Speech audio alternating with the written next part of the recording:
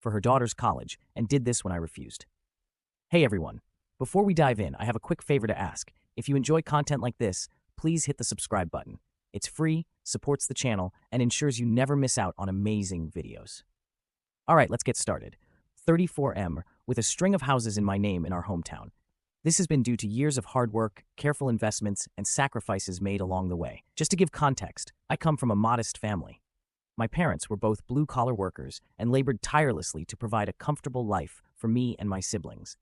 They always dreamed of owning their own house one day, but it was beyond their reach. It was their upbringing that ignited my ambition and fueled my determination to build a better life for myself and my family.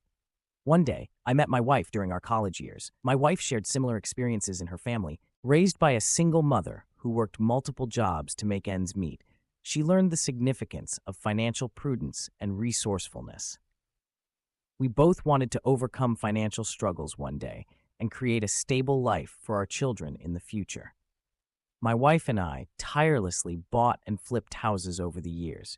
We saved every penny and made careful investments that eventually led to our ownership of several properties. Each property represented years of hard work, countless sacrifices, and a shared dream between us.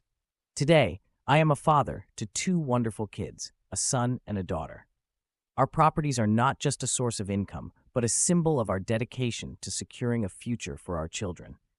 Little did I know that my life would soon take an unexpected twist, thanks to an entitled woman named Emily, 40F, who has been one of my tenants for a few years. She resides in a comfortable 3-bedroom house that I carefully saved up and purchased years ago before I got married to my wife. The property is located in a prime location in the city and is in close proximity to her daughter's high school.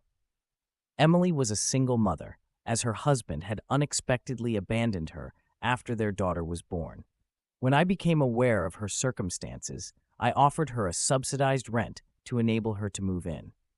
Though I knew I would lose out on money, I wanted her and her daughter to be able to afford to live there.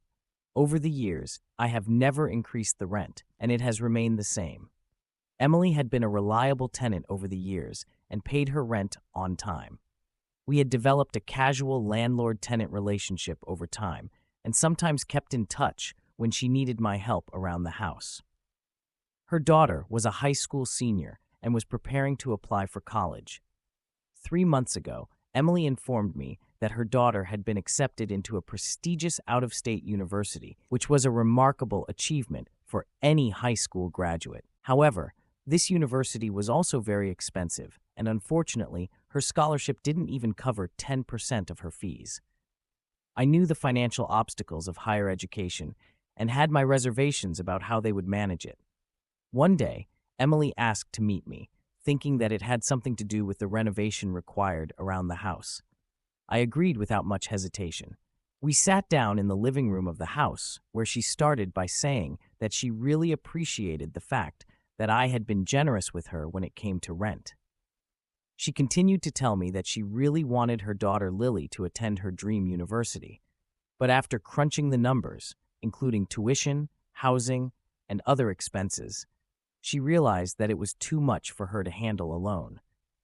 She had even reached out to financial aid, looked into scholarships, and had taken up a part-time job after her full-time one, but it was still not enough. I nodded my head solemnly in understanding, thinking maybe she was going to ask me if she could delay paying the rent for the month, which would have been understandable. Instead, Emily had a staggering request for me that left me dumbfounded. She asked me if I could sell the property that she was living in. I looked at her inquisitively as she continued to explain that the property I owned and had rented out to her would fetch good money, which would help her fund her daughter's college education. "Are you serious?" I responded, a mix of astonishment and disbelief. "You want me to sell my property to pay for your daughter's college tuition?" Emily's eyes pleaded with me as she insisted that it was her only hope to secure her daughter's future. She mentioned that she had already had the entire property appraised and was confident that it could cover her daughter's entire college fees. I asked her if she had lost her mind because there was no way that I was going to sell my property for her daughter to go to a high-end university. I told her that this house meant something to me, and I wasn't going to sell my property just like that. Emily insisted again, telling me that I could loan the money and her daughter would pay me back once she graduated. Although I knew the importance of a college education, I was not going to accept her outrageous request. Hearing her plead made it clear that she was determined to find a way to fund her daughter's dreams, even if it meant making an outlandish proposition to a stranger. I calmly explained to Emily that the property was a significant part of my livelihood, and I couldn't simply part with it. The burden of her daughter's tuition shouldn't fall on my shoulders. I told her that if she couldn't afford to send her daughter to the university, she could ask her family members for help or look into finding a more affordable option for her daughter. Despite my efforts to make her see reason, Emily continued to press the issue, asserting that I was the only one who could help, and it wasn't a big deal to sell my property and give her the money. I realized that this was going nowhere. I left the property after asking Emily to not approach me regarding this ever again. I requested her to realize how outrageous she sounded and that she should find another way. I thought she would realize her mistake eventually, but over the next few weeks, Emily didn't give up. As Emily's daughter was inching closer to her college journey, the situation was becoming increasingly more and more unbearable. Emily, despite my denial, kept pleading with me every day to sell my property as soon as I could and even stop paying her rent in protest. Our once amicable relationship had soured. The tension between us grew as Emily remained steadfast in her belief that the property I own was the solution to her financial woes. She was convinced that my refusal was selfish and that it was putting her daughter's future in jeopardy. On the other hand, I was losing out on money when she refused to pay her rent in protest. I warned her that I would take this to court because we had an ironclad agreement, but she refused to comply, and it became increasingly clear that her demands had no end. The turning point came when Emily started involving others in our dispute. She started to approach her friends and the neighbors around my property, painting me as an unsympathetic landlord who refused to help a young girl realize her dreams. She told them that I was very wealthy, but refused to help her out by loaning her the money. Given her status as a single mother who struggled to make ends meet, her story garnered sympathy from those she confided in. To amplify her cause, Emily took to social media and wrote a Facebook post placing the blame for her daughter's inability to attend college squarely on my shoulders. Soon, the rumors started to circulate in our neighborhood. People sympathized with her plight and assumed that I was indeed in a position to help, but was knowingly not helping. I couldn't help but feel like an outsider in my own community. My wife finally decided to reach out to Emily to address the escalating conflict. With the tension in the neighborhood mounting, she felt that direct communication might be a path toward resolution. Emily, however, wasn't in the mood for a calm discussion. She immediately launched into a tirade about how I, as the landlord, had the means to sell the property, which she believed was the only way to secure her daughter's future. Despite my wife's earnest attempts to reason, Emily's conviction remained unshaken. She asserted that we had the means to fund her daughter's college education and that we were being selfish. The conversation continued in a repetitive loop, with Emily repeatedly pushing my wife to convince me to agree to her demands. Her post, which had painted me as an unsympathetic and wealthy landlord who was refusing to help a young girl achieve her dreams, had a noticeable impact on the neighbors and the local community. Some neighbors who had previously been on friendly terms with us started to view us with skepticism. They began to believe that I indeed had the means to alleviate her daughter's financial burdens, but that I was knowingly refusing to do so out of selfishness. Others who were aware of my upbringing, hard work, and the reality of my situation shared my perspective and were just as appalled by Emily's audacious demand for me to foot the bill. They reminded me that I needed to protect my property and maintain the hard-earned legacy I had built. The community became more and more divided every day, with some sympathy being directed toward Emily. Despite the mounting pressure, I stood my ground, resolute in my decision to protect my property. I had invested years of hard work and sacrifice to secure it, and it was not something I was going to part with simply. Meanwhile, Emily continued to fuel the flames, accusing me of lacking empathy and exploiting her by letting her live in my property rent-free. Her social media posts became increasingly vocal, sharing stories of her daughter's determination and the countless sacrifices she had made to prepare for college. As a result, the debate escalated from a private disagreement to a public discourse. The weight of the allegations started affecting my family also. My kids began to experience bullying at school, with their classmates parroting the false claims they had heard from social media about me. It was heartbreaking to witness the distress this situation caused them. It was then that I decided that it was time to take action. I had kept quiet thinking that Emily would eventually stop, but now that my children were being affected, it was time to set the record straight and defend my integrity. I reached out to a lawyer who specialized in property disputes and tenant-landlord conflicts. We immediately drafted a cease and desist letter to put an end to Emily's defamatory actions and protect my standing within the community. My lawyer informed me that the cease and desist letter was the first step in our legal battle, and if Emily didn't back down, we would take it all the way to court. When Emily received the letter, she was understandably surprised. She attempted to reach out to me by phone, but I chose not to answer her calls. So she sent me a text message expressing her desire to talk to me and clear this out before things could go too far. She told me that this was all just a huge misunderstanding and that she and I could talk this out. I replied back, stating my intention to take her to court. I told her to brace herself and enjoy it, because she was going to regret ever trying to mess with me. I know this is going to be an uphill fight because this woman has been relentless in insisting that I should pay her daughter's tuition and in ruining our family reputation, both in the community as well as online. My lawyer is currently preparing for the case in case it goes to trial when she doesn't back down, outlining all the false accusations and the harm she has caused us in the last few months.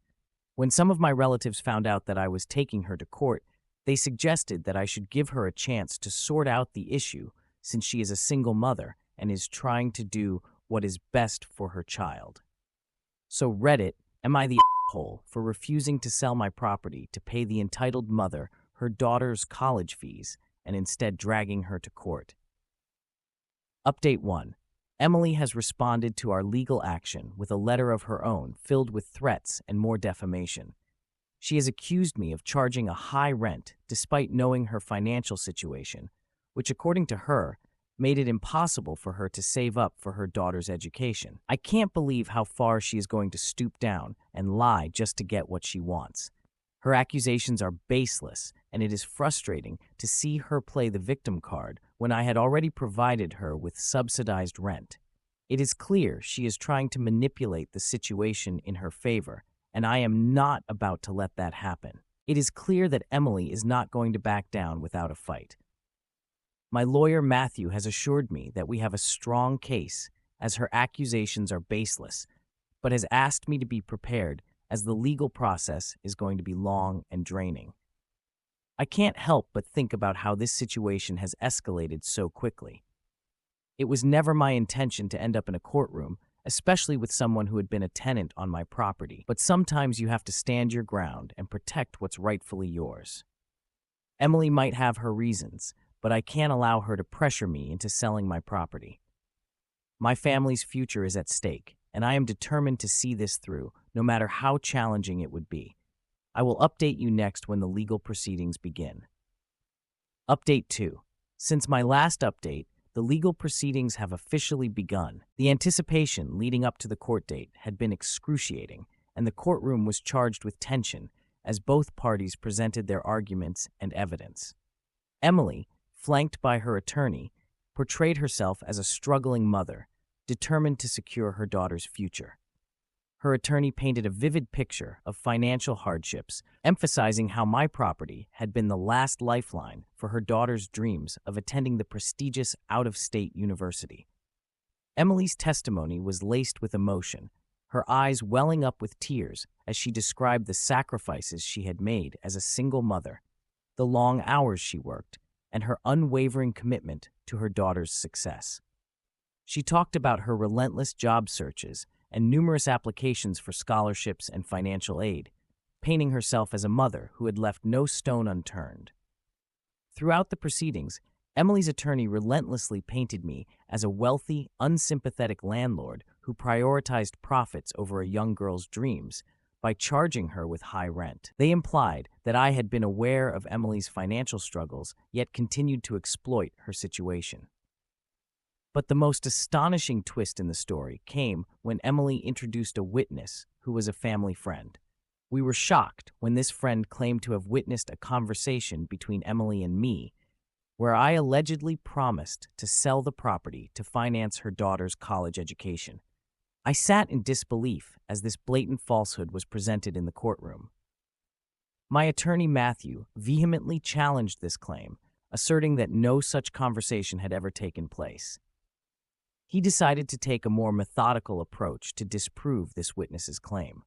First, my attorney carefully cross-examined the family friend who had testified about the alleged conversation between me and Emily. He posed a series of detailed questions aimed at establishing the credibility of the witness's memory.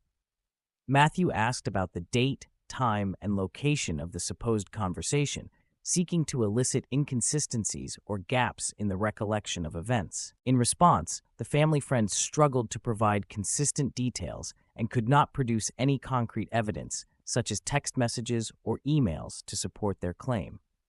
Their testimony became increasingly shaky under the scrutiny of the cross-examination. To further undermine the credibility of Emily's case, Matthew presented evidence that directly contradicted the claim by introducing records of text messages and emails exchanged between Emily and me during the time period when the alleged promise was said to have been made. These messages clearly showed that the subject of selling the property to fund her daughter's education had never been discussed, and Emily was the only one who was forcing me to sell my property to loan her the money. Additionally, we had a neighbor who lived adjacent to Emily's property testify that Emily had been paying less rent than all the other renters in the area. My lawyer pulled up receipts from other tenants residing in the neighborhood to prove the same. Matthew went on to argue that the absence of any written or electronic communication regarding the supposed promise that Emily claims, coupled with the neighbor's testimony, cast doubt on the family friend's account, and it cannot be held as concrete evidence.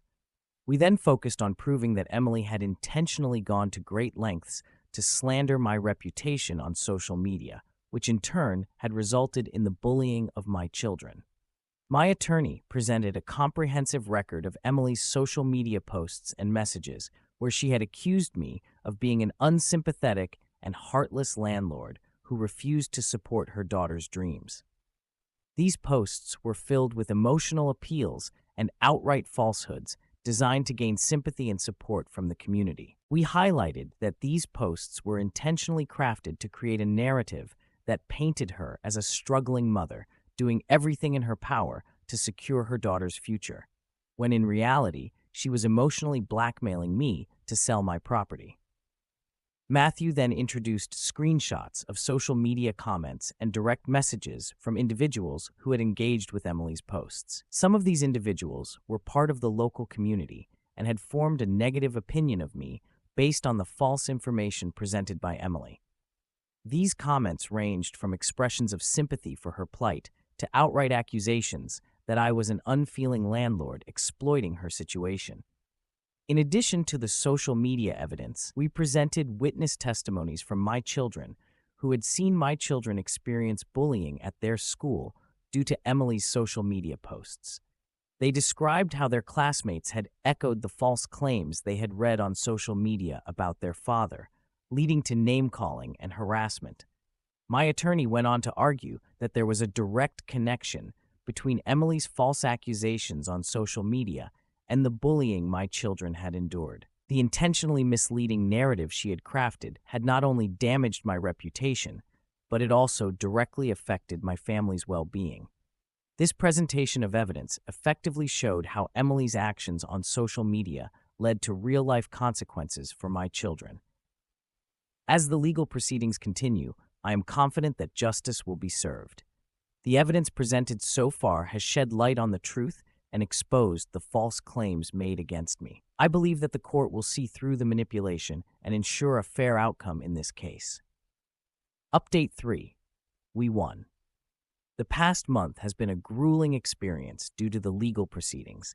It has been like a roller coaster ride with unexpected twists and turns. My lawyer continued to present evidence and testimonies which made it increasingly clear that Emily's claims were baseless. Her attempt to manipulate the situation by introducing a family friend who falsely testified about a promise I had never made fell apart under scrutiny. The lack of concrete evidence and inconsistencies in the witness's account cast doubt on the validity of their claims. After a thorough examination of all the evidence and testimonies, the judge finally announced the verdict and ruled in my favor. This came as a huge relief to me, and I was grateful that the judge had seen through all the baseless claims. Emily was found guilty of defamation and was ordered to pay damages for the harm she had caused to my reputation, starting with paying the rent for the previous months and additional fines. A restraining order was also issued by the judge, preventing Emily from making any further defamatory statements about me or my family. This ruling successfully validated my actions and my right to protect my property. As the legal battle concluded, I watched Emily sitting beside her lawyer, looking defeated. I turned to look at her daughter Lily and couldn't shake off the thought that her dreams had been compromised by her mother's sense of entitlement. This nightmare was finally coming to an end with justice being served. It was a lesson for everyone on the importance of defending oneself and not letting someone else's audacious demands shake our core beliefs. I can now move forward with a renewed sense of self-assurance and the knowledge that my house and our livelihood are secure. I would like to thank everyone who has supported me in this journey so far. The mental pressure and struggles my family and I went through were immense, but ultimately, truth prevailed. Update 4. It has been 6 months since my last update. Following my courtroom victory, the restraining order has effectively silenced Emily, and the damages she had to pay for defamation provided some level of consolation for the harm done to my reputation. Emily and her daughter had to move out after I gave them the eviction notice. While their circumstances remained challenging, I knew they were no longer my responsibility. I did feel a twinge of sympathy for her daughter's lost educational opportunities, but the reality was that her mother's audacious request had put their family in a difficult situation. Emily was also forced to take down her defamatory social media posts as part of the court's ruling, and everyone quickly found out the extent of her lies. The last I heard about them was when her daughter Lily reached out to me with an apology out of nowhere. Lily had always been a great kid, and I had watched her grow up, but when her mother started falsely alleging me, I cut off contact with them. I was surprised that she wanted to get in touch with me after her mother publicly lost the case. Her message was filled with genuine remorse for the way her mother had behaved and the consequences that had befallen her family as a result. She expressed gratitude for our patience and understanding during the ordeal, recognizing that her mother's actions had caused harm to both our families. She also shared that they had relocated to a more affordable area and that she had decided to attend a local college to pursue her education. She informed me that she had spoken with her mother after the legal proceedings had ended and had asked her to back off, stating that she was determined to secure her own future without making any audacious demands. I felt sympathy for what she had to go through at such an early age because of her entitled mother's false claims. I told her that everyone deserves a second chance, and it was admirable that she was taking control of her own destiny. I wished her the best of luck with her studies and assured her that the past was behind us. Now that Emily and her daughter no longer live on my property, our life has settled into a new normal. The weight of the false accusations and the bullying our children faced earlier has been lifted. We took action by reaching out to our children's school and addressing the bullying they had gone